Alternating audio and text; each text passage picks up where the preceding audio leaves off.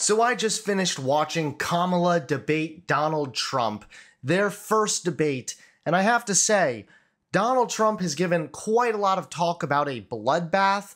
Apparently the bloodbath that he's been talking about was this debate, because I have to say, my initial reaction is that Donald Trump got absolutely destroyed.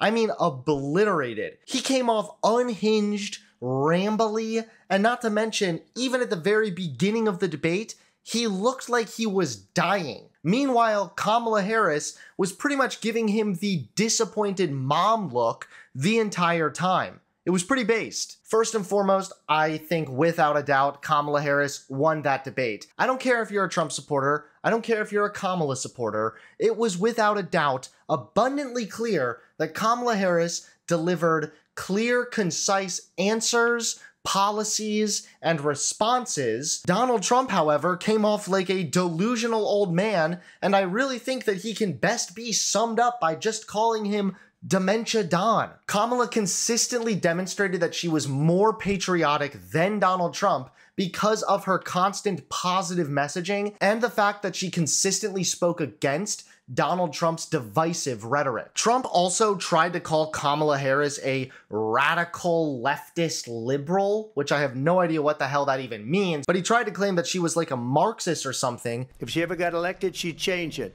and it will be the end of our country. She's a Marxist. Everybody knows she's a Marxist. Her father's a Marxist professor in economics, and he taught her well. But when you look at what she's done to our country... Meanwhile, Kamala also brought up the fact that Goldman Sachs has literally said that her economy plan is good and that Donald Trump's would negatively impact the economy. Even more so throughout the debate, Donald Trump got fact-checked so much. The moderator consistently had to remind Trump that he was wrong, or that he did say that, or that this is actually what really happened, etc. It was really, really embarrassing for Trump. So meanwhile, Trump got fact-checked a bunch, while Kamala Harris actually got some pretty decent roasts in. I specifically really liked when she brought up that Trump was fired by 80 million people. That was really clever, and you could also see from Trump's reaction that that one cut deep. Is that what you believe he's trying to do here? Donald Trump was fired by 81 million people. So let's be clear about that. And clearly he is having a very difficult time processing that. But we cannot afford to have a president of the United States who attempts, as he did in the past, to upend the will of the voters in a free and fair election. Meanwhile, Trump could not get off the immigration topic to save his life. Every single chance he got, it felt like he was just steering the conversation desperately back to immigration, illegal immigration, and it just felt really forced, really pathetic, and a lot like he was desperate to get back to a narrative that he himself was comfortable with. Even more so, Trump talks nonstop about immigrants, illegal immigrants, and everything else, but when it came up that Trump had advocated to reject an immigration bill that would have put more Border Patrol agents on the border, Trump refused to answer why. I want to get your response. Well, I would like to respond. Let me just ask, though, why did you try to kill that bill, and successfully so, that would have put thousands of additional agents and officers on the border? First, let me respond as to the rallies. She said people start leaving. People don't go to her rallies. There's no reason to go. And instead, he chose to start rambling about how his rally sizes and his crowd sizes are actually really big. And the people that do go, she's bussing them in and paying them to be there, and then showing them in a different light. Even Kamala Harris is looking at the guy like, seriously, bro? An especially abysmal moment of the debate for Trump was the whole eating dogs thing. First and foremost, it's a total and flat out lie that Haitian immigrants are eating people's pets in the state of Ohio or something. This is just fucking false, okay? This is not happening. However, Trump still touted this BS. In Springfield, they're eating the dogs, the people that came in. They're eating the cats. They're eating the pets of the people that live there. And this is what's happening in our country, and it's a shame. When he was confronted by the moderator, Trump responded that he saw it on television? ABC News did reach out to the city manager there. He told us there have been no credible reports of specific claims of pets being harmed, injured, or abused by individuals within the immigrant community. Well, I've seen people on television. Let me just say here, this is the people on television say my dog was taken and used for food. So maybe he said that, and maybe that's a good thing to say for a city manager. I'm not taking this from television. But the people I'm on television saying their dog was eaten by the people that went there. Again, the Springfield city manager says there's no evidence of that. Vice President Harris, I'll let you respond to the rest of what you've heard. Good to know your sources, Dementia Don. Seriously, he sounds like a child whining. But Mom, I saw it on TV. Like, I genuinely did not think that Donald Trump would embarrass himself this bad during the debate. But if you thought that was bad, it got even worse for Trump. I'm not gonna lie. Trump flat out roasted himself later on when he flat out acknowledged that the whole reason his election fraud nonsense didn't go through was because the case had no standing. And we should just point out here as clarification, and you know this, you and your allies, 60 cases in front of many judges, many of them Republican. No judge looked at it. And said they there was said no we didn't have standing. That's the other thing. They said we didn't have standing, a technicality. Can you imagine a system where a person in an election doesn't have standing? The President of the United States doesn't have standing.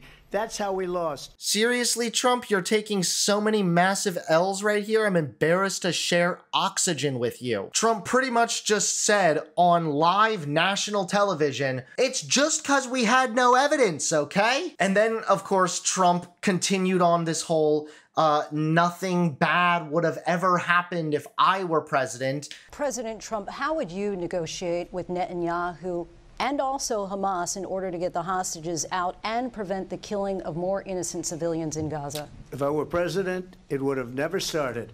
If I were president, Russia would have never, ever, I know Putin very well, he would have never, and there was no threat of it either, by the way, for 4 years, have gone into Ukraine. You know, if Trump were president, cancer wouldn't be a thing.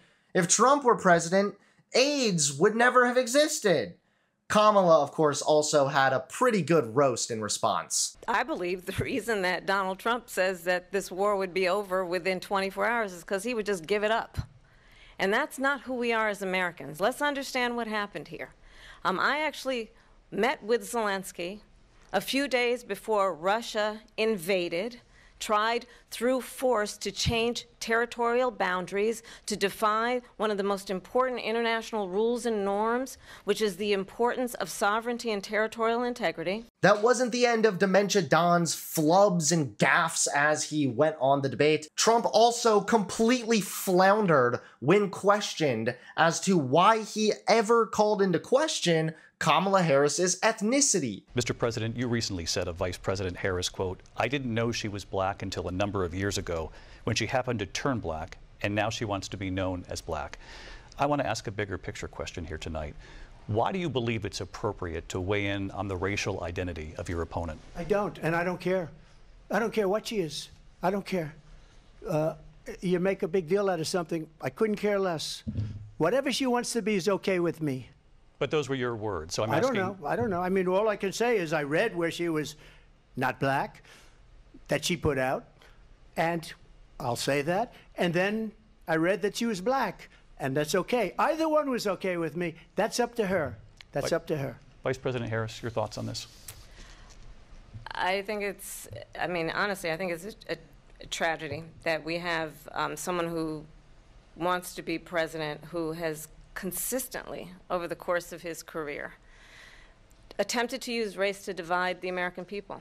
Wow, I have no idea what happened to Donald Trump's spine, but he used to have some charisma and some energy.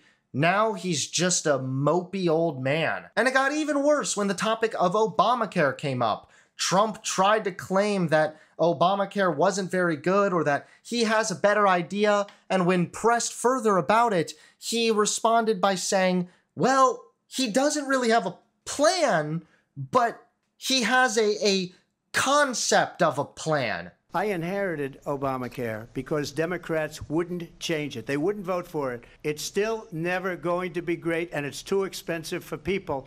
And what we will do is we're looking at different plans. If we can come up with a plan that's going to cost our people, our population, less money, and be better health care than Obamacare, then I would absolutely do it.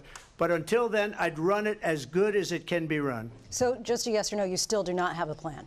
I have concepts of a plan. I'm not president right now. But if we come up with something, I would only change it if we come up with something that's better and less expensive. And there are concepts and options we have to do that. Got it. So Trump has a plan to make a plan, or does it mean that Trump just simply knows the definition of a plan? Like, he can read to us the Webster's Dictionary definition. Either way, I'm scared. And of course, by the time we reached closing statements, Trump really did seem quite defeated, and he used his closing statement time to once again ramble about, you guessed it, immigrants. That's right. Rather than giving any kind of call to unity or anything else like Kamala Harris did, Trump instead went on some delusional dementia rant about illegal immigrants once again. I swear to God, you give this man a mic and he's gonna just start rambling non-stop fan fiction about illegal immigration. All in all, I think that it is very clear that Trump fucking lost this debate. I'm sure that I'm gonna get a lot of losers in my comment section claiming otherwise, and a bunch of dumb magatards that are coping hardcore, trying to claim that the moderator was biased or some other stupid excuse. At the end of the day, your Big Daddy Trump lost, and even better, he lost to a girl. Cry harder, cope harder, and I expect Trump to continue to fail.